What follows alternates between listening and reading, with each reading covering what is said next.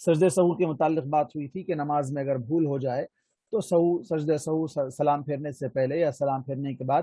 اس سلسلے میں 5 اقوال بھی بتائے گئے تھے کہ 5 لوگوں کے کہ کب کب سلام کرنا چاہیے، سلام سے پہلے یا سلام کے بعد، اور اس صورت میں کن لوگوں نے کیا کیا کہا وہ بھی آپ کے سامنے بتایا جا چکا.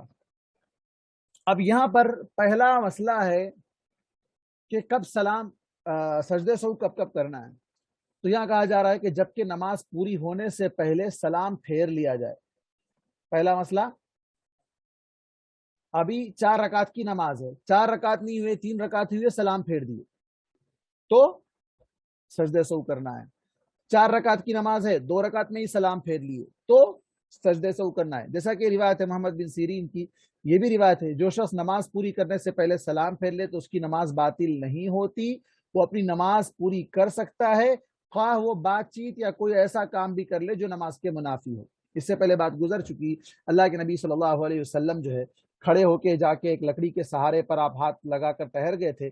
لوگوں نے آپس میں بات چیت کی، کیا بھائی کم ہو گئی کیا نماز، کیوں ایسا، آپ صلی اللہ علیہ وسلم جلدی ختم کر دیے.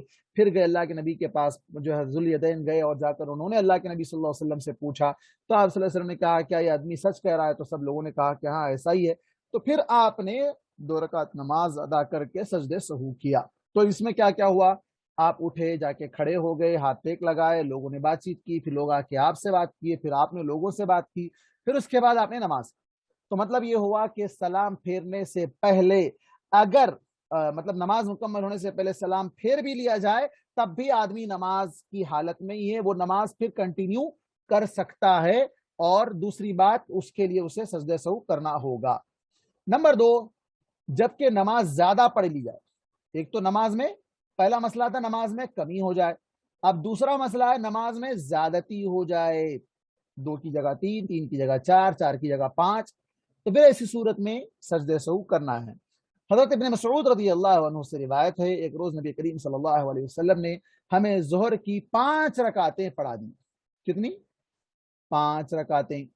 آپ صلی اللہ علیہ وسلم سے صحابہ نے عرض کیا کیا نماز زیادہ ہو گئی؟ فرمایا یہ کیوں دریافت کر رہے ہو، ارے ایسا کیوں پوچھ رہے ہو، مطلب آپ کو اس کا احساس نہیں ہوا؟ صحابہ نے عرض کیا اللہ کے نبی آپ نے 5 رکعتیں پڑھی ہے. تو آپ نے سلام کے بعد 2 سجدے کیے. اب یہ سلام کب کیا؟ آپ 1 رکعت ایکسٹرا پڑھے، آپ 1 رکعت ایکسٹرا پڑھے پھر سے. کیوں؟ کیونکہ طاق نہیں ہے نماز. اب وہ 4 رکعت 5 پڑھے تھے، 1 بچ جا رہی ہے، تو آپ نے 1 اور پڑھ کے وہ 2 رکعت کو سنت، 4 رکعت کو فرض. تو پھر اس کے بعد آپ نے سلام پھیر کے 2 سجدے کی. اور اس سلسلے میں بات گزر چکی ہے کہ زیادتی ہو تو سلام پھیرنے کے بعد، کمی ہو تو سلام پھیرنے سے پہلے. صحیح بخاری اور صحیح مسلم کی حدیث ہے جو بھی گزری ہے. اس حدیث سے یہ بھی معلوم ہوا کہ جو شخص چوتھی رکعت میں نہ بیٹھے اور 5ویں رکعت کے لیے کھڑا ہو جائے تو اس کی نماز ہو جاتی ہے. اب یہاں پر نماز باطل نہیں ہوئی، آپ نے اٹھ کر 1 رکعت پڑھی، پڑھ کر آپ نے تشہد کیا، سلام پھیرا، پھر 2 سجدے کیے. چوتھی رکعت میں حالانکہ آپ نے تشہد نہیں کیا تھا، چوتھی رکعت میں آپ تشہد میں نہیں بیٹھے تھے، ڈائریکٹ 5ویں رکعت کے لیے کھڑے ہو گئے تھے، تو وہ 5ویں رکعت والا تشہد چوتھی رکعت کا سمجھا جائے گا، اور 6ویں رکعت میں جو تشہد آپ نے کیا تھا وہ دوسری رکعت کا تشہد مان کر یہ 2 رکعت 5ویں اور 6ویں نفل ہو جائے گی، اور وہ اوپر کی 4 رکعتیں وہ فرض شمار ہو جائیں گی. تیسری جگہ، تیسرا موقع جہاں پر کیا کرنا ہے، سجدہ سہو کرنا ہے، دوسری رکعت کا تشہد بھول جانے کے وقت. 3 رکعت کی نماز پڑھ رہے ہیں یا 4 رکعت کی نماز پڑھ رہے ہیں، دوسری رکعت کا تشہد بھول گئے تھے، 2 تشہد کرنا تھا، 1 ہی تشہد کیے. اب وہ 5 رکعت جو آپ صلی اللہ علیہ وسلم پڑھے تھے اس میں چوتھی رکعت میں تشہد نہیں کیے، لیکن آپ نے 5ویں میں کر لیا، آخری رکعت کا تشہد وہاں ہو گیا، دوسری میں ہوا، پھر ڈائریکٹ 5ویں میں ہوا. اب یہاں پر مسئلہ ہے کہ دوسری رکعت کا تشہد اگر کوئی بھول جائے، جیسے حضرت ابن بجینہ سے روایت ہے کہ نبی کریم صلی اللہ علیہ وسلم نے نماز پڑھائی، دوسری رکعت میں تشہد پڑھے بغیر کھڑے ہو گئے، نماز پڑھائی، تشہد پڑھے بغیر کھڑے ہو گئے، لوگوں نے سبحان اللہ کہا مگر آپ کھڑے رہے. جب نماز پوری کر لی تو 2 سجدے کیے اور سلام پھیرا.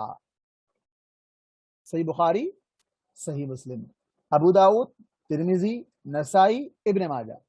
ایک اور روایت حضرت مغیرہ بن شعبہ سے ہے، نبی کریم صلی اللہ علیہ وسلم نے فرمایا جب تم میں سے کوئی شخص دوسری رکعت میں بیٹھے بغیر کھڑا ہونے لگے تو اگر وہ پوری طرح کھڑا نہ ہوا ہو تو اسے چاہیے کہ وہ بیٹھ جائے، اور اگر کھڑا ہو جائے تو اسے چاہیے کہ پھر نہ بیٹھے بلکہ آخر میں وہ سجدے سہو کر لے۔ لیکن یہاں آگے آ گیا کہ یہ حدیث ضعیف ہے۔ یہ حدیث کیا ہے؟ ضعیف ہے۔ تو مطلب یہ ہوا کہ اگر کوئی شخص دوسرا تشہد بھول گیا، یاد دلایا گیا تو اسے فوراً تشہد میں چلے جانا چاہیے۔ اب یہاں آپ صلی اللہ علیہ وسلم تشہد میں نہیں گئے، آپ کھڑے رہے اور اس کے بعد آپ نے بعد میں سلام پھیرنے سے پہلے 2 سجدے کیے اور اس کے بعد سلام پھیرا۔ لیکن تشہد چونکہ نماز کا ایک جو ہے نا رکن ہے اور اس کے بغیر نماز نہیں ہوگی، رکن چھوٹنے پر اس رکن کو یاد دلانے پر اسے ادا کر کے سجدے سہو کرنا ہے، اس کو ادا کر کے ہی سجدے سہو کرنا ہے، تو اس کو ادا کیا جائے گا، پھر اس کے بعد سجدے سہو کر کے سلام پھیرا جائے گا۔ چوتھا موقع ہے نماز میں شک کے وقت، نماز میں اگر ڈاؤٹ آ گیا کتنی پڑے تھے۔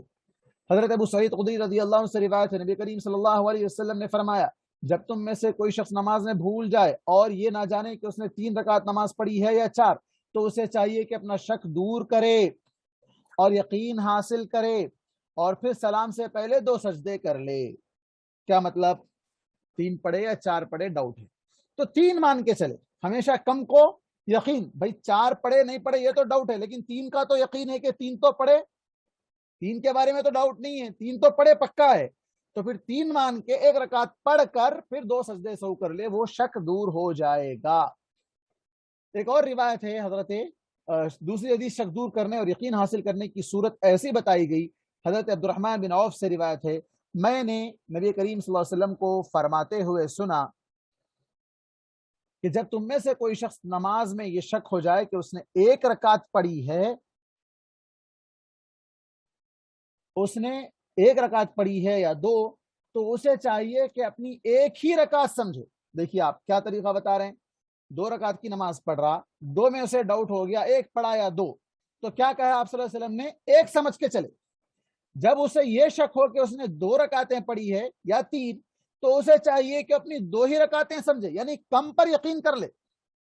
اور جب اسے یہ شک ہو کہ اس نے 3 رکعتیں پڑھی ہیں یا 4، تو اسے چاہیے کہ اپنی 3 ہی رکعتوں کو سمجھے، یعنی 3 پڑھا سمجھ کر چلے، پھر نماز کے آخر میں سلام پھیرنے سے پہلے 2 سجدے کر لے، سلام پھیرنے سے پہلے 2 سجدے کر لے۔ امام احمد، ابن ماجہ اور ترمذی نے اس حدیث کو روایت کیا ہے۔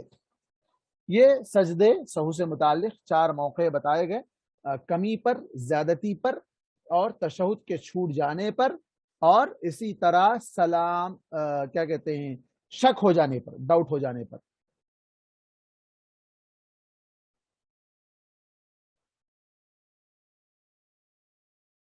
جی اب اس سلسلے میں کوئی سوال ہو تو سوال کر لیں 5 منٹ کے اندر۔ اور آج میں السلام علیکم مولانا، معذرت چاہوں گا، میں وقت سے پہلے انہیں بتانا بھول گیا اور تھوڑا مجھے کچھ ارجنٹ کام ہے، تو اس سلسلے میں میں آدھا گھنٹہ پہلے شاید آج کلاس۔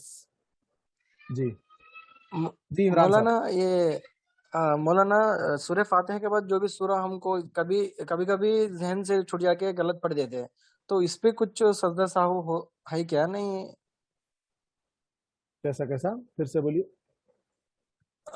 نماز میں سورہ فاتحہ کے بعد کوئی بھی صورت میں کبھی غلطی ہو جاتی ہے، غلط پڑھ دیتے، نہیں تو ایک آیت چھوڑ دے کے دوسری آیت کو چل جاتے ہیں، اس میں سجدے سہو نہیں۔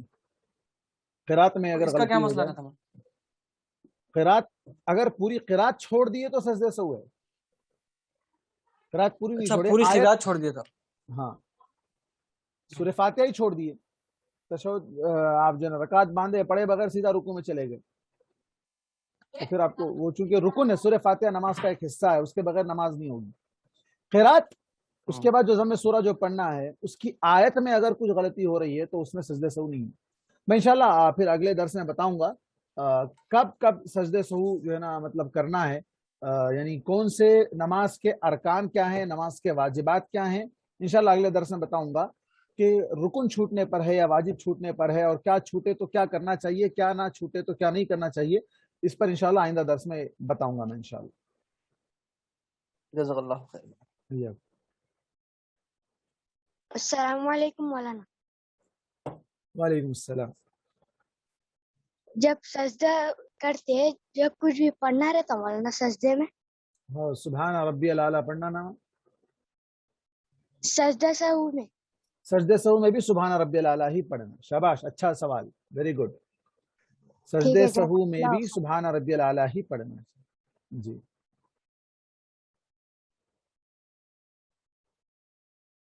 منور بھائی ہے؟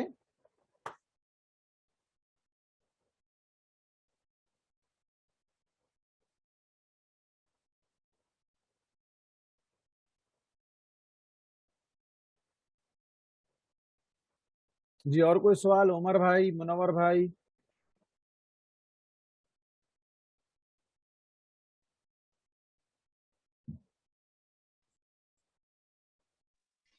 مولانا یہ جو دوسرے مسلک کے لوگ. جی مولانا ایک سوال ہے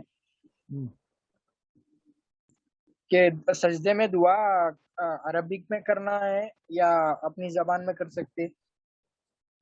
اس سلسلے میں دیکھیے، اگر فرض نماز کے سجدے میں آپ دعا کر رہے ہیں تو عربی میں کرنا بہتر ہے، اور نفل نماز وغیرہ کر رہے ہیں تو اس میں اپنی زبان میں بھی کر سکتے ہیں، کیونکہ اللہ کے رسول صلی اللہ علیہ وسلم کی جو حدیث ہے کہ بندہ جب سجدے میں ہوتا ہے تو رب سے قریب ہوتا ہے، اور اس وقت دعا کی قبولیت کا وقت ہے. تو انسان اگر اردو میں بھی کرنا چاہے تو کر سکتا ہے، اپنی جو بھی زبان ہے، اردو، تمل، تیلگو جو بھی ہے اس میں کر سکتا ہے.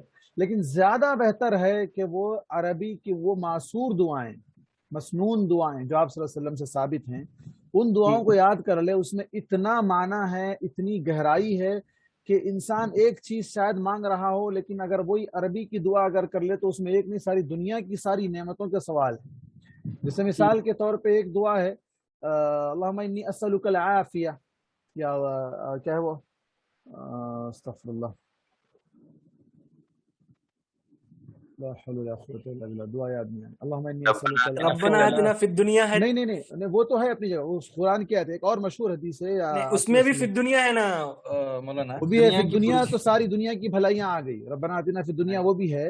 ایک اور دعا آپ صلی اللہ علیہ وسلم کی 3-4 الفاظ ہیں، پوری دنیا کی ساری بھلائیاں، جہنم سے نجات، سب آ گیا اس میں بھی اسی طرح، جیسا قرآن کی آیت ہے اسی طرح ہے. وہ 2 سجدوں کے درمیان کی دعا، رب اغفر لی وارحمنی وعافنی. وہ تو 2 سجدوں کے درمیان ہی پڑھی جی، بہتر ہے جہاں اس کو پڑھنا ہے وہیں پڑھیے.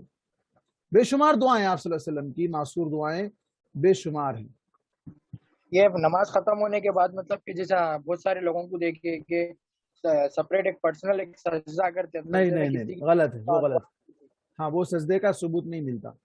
نماز کے بعد الگ سے سجدہ کر کے دعا کرنے کا ثبوت نہیں ملتا. نماز کی حالت ہی میں سجدہ ہے. سجدہ الگ سے جو ہے وہ سجدے شکر ہے، سجدے تلاوت ہے، یا پھر سلام پھیرنے کے بعد جب جیسے نماز میں زیادتی ہو گئی، سلام پھیرنے کے بعد سجدے سہو ہے. اس کے علاوہ دعا کے لیے الگ سے سجدہ نہیں ہے. جیسے آپ صلی اللہ علیہ وسلم جو ہے جنگ کے موقع پر دعا کر رہے تھے، ہاتھ اٹھا کر دعا کر رہے ہیں، رو رہے ہیں. حضرت ابوبکر پیچھے سے آ کر کہتے ہیں اللہ کے نبی بس کیجیے آپ. تو اتنا اہم موقع، اس موقع پر آپ ہاتھ اٹھا کر دعا کر رہے ہیں، آپ سجدے میں دعا نہیں کر رہے ہیں، الگ سے سجدہ کر کے دعا نہیں کر رہے ہیں. تو جو لوگ نماز کے بعد الگ سے سجدہ کرتے ہیں اس کا کوئی ثبوت نہیں ملتا. نفل نماز پڑھے اس کے مقابلے میں، خالی سجدہ کرنے کے بجائے نفل نماز پڑھ کے نفل نماز کے سجدے میں دعا کرے. سجدہ شکر کیا ہے مولانا؟ اللہ تعالیٰ نے آپ کو کوئی نعمت سے نوازا، اولاد دی، گاڑی دلا دیا، جاب لگ گئی، کاروبار میں برکت ہو گئی، صحت ہو گئی، بیماری سے صحت یاب ہو گئے، امتحان میں کامیاب ہو گئے، تو شکرانے کے طور پر سجدے میں گر کے اللہ تیرا شکر ہے، تیری الحمدللہ الذی بنعمتہ تتم الصالحات، تیری ہی فضل سے ساری بھلائیاں، ساری نیکیاں، ساری اچھائیاں تکمیل کو پہنچتی ہیں. تیرے فضل سے آج مجھے یہ چیز ملی، یہ دولت ملی، یہ نعمت ملی، یہ کامیابی ملی، جو بھی ہے. تو یہ جائز ہے، کر سکتے ہیں صاحب؟ ہاں کر سکتے ہیں. تو صرف ایک سجدہ کرنا ہے؟ ہاں نماز نہیں ہے، سجدے کی شکرانے کی نماز نہیں ہے. بعض لوگ شکرانے کی نماز بولتے ہیں، شکرانے کی نماز نہیں ہے، شکرانے کا سجدہ ہے. جیسے حدیث میں آتا ہے خر للہ ساجدا، آپ سجدے میں گر پڑے شکرانے کے طور پر. اچھا جی جزاکاللہ خیر. اور اسی طرح غالباً حضرت کعب بن مالک جب ان کی توبہ کی قبولیت کی بشارت آئی سورہ توبہ کے اندر تو بھی سجدے میں گر پڑے تھے. جی مولانا ہاں ایک سلام پھیر کے ایسا جو دوسرے مسلک کے کرتے ہیں، اس کی کوئی حدیث ہے مولانا؟ ایسا مطلب وہ لوگ کرتے ہیں ایسا؟ اب پتہ نہیں ان کے پاس کوئی احادیث اس طرح کی ضعیف حدیث ہوں گے جس پر وہ لوگ عمل کر رہے ہیں، یا ان کے علماء نے فقہ میں اس کو بتلایا ہوگا. اب بات آپ نے چھیڑی ہے تو ایک بات میں یہاں بتاؤں گا کہ ہمارے ہندوستان میں بعض ایسے یوٹیوبرز ہیں جو نان مسلمس ہیں، میں ان کا نام نہیں لیتا، وہ لوگ یوٹیوب پہ بہت فتنہ مچائے ہوئے ہیں، بہت فتنہ مچائے ہوئے ہیں. آپ کو ہم کو اس کا اندازہ بھی نہیں ہے کہ کس طریقے سے اسلام کے خلاف وہ لوگ کام کر رہے ہیں. اور کئی مسلم لوگ ان احناف کی فقہ کی کتابوں کی غلطیوں کو بتانے کی وجہ سے اسی کو اسلام سمجھ کر عمل کر رہے آ رہے تھے. اب بولے کہ ہم کو ایسا اسلام نہیں چاہیے، ہم مرتد ہو جا رہے ہیں، ہم دین اسلام سے مرتد ہو جا رہے ہیں. نعوذ باللہ، ان کی فقہ کی کتابوں کی وجہ سے لوگ دین اسلام سے باہر ہو جا رہے ہیں. اللہ نے کتاب و سنت اتاری، واضح ہے، اس کو چھوڑ کر بیکار کی جن کتابوں میں آج لوگوں کو گمراہ رکھا گیا، اور آج اس کی وجہ سے غیر مسلم ان کتابوں کے پیج کھول کھول کر بتا رہے ہیں، پیج نمبر ہر ایک کے ساتھ بتا رہے ہیں دیکھو اسلام ایسا ہے، حالانکہ وہ اسلام نہیں. تو جو بھولا بھالا مسلمان ہے جس کو معلوم نہیں ہے، کتاب و سنت کا علم نہیں ہے، جس کو علم نہیں ہے، وہ کیا کہہ رہا ہے یہی اسلام ہے تو پھر مجھے ایسا اسلام نہیں چاہیے، میں ایسے اسلام کو چھوڑ دے رہا ہوں. نعوذ باللہ. تو یہ لوگوں کو اب تو بھی کم از کم سوچنا چاہیے. اب تو کم سے کم آج ہر طرف سے مار پڑ رہی ہے، اب تو کم از کم اللہ کی کتاب کی طرف لوٹ آنا چاہیے. اللہ تعالیٰ نے ہدایت دے. تو انشاءاللہ ابھی کلاس ہم ختم کریں گے. سبحانک اللہم و بحمدک، اشہد ان لا الہ الا انت، استغفرک و اتوب الیک. السلام علیکم ورحمۃ اللہ وبرکاتہ.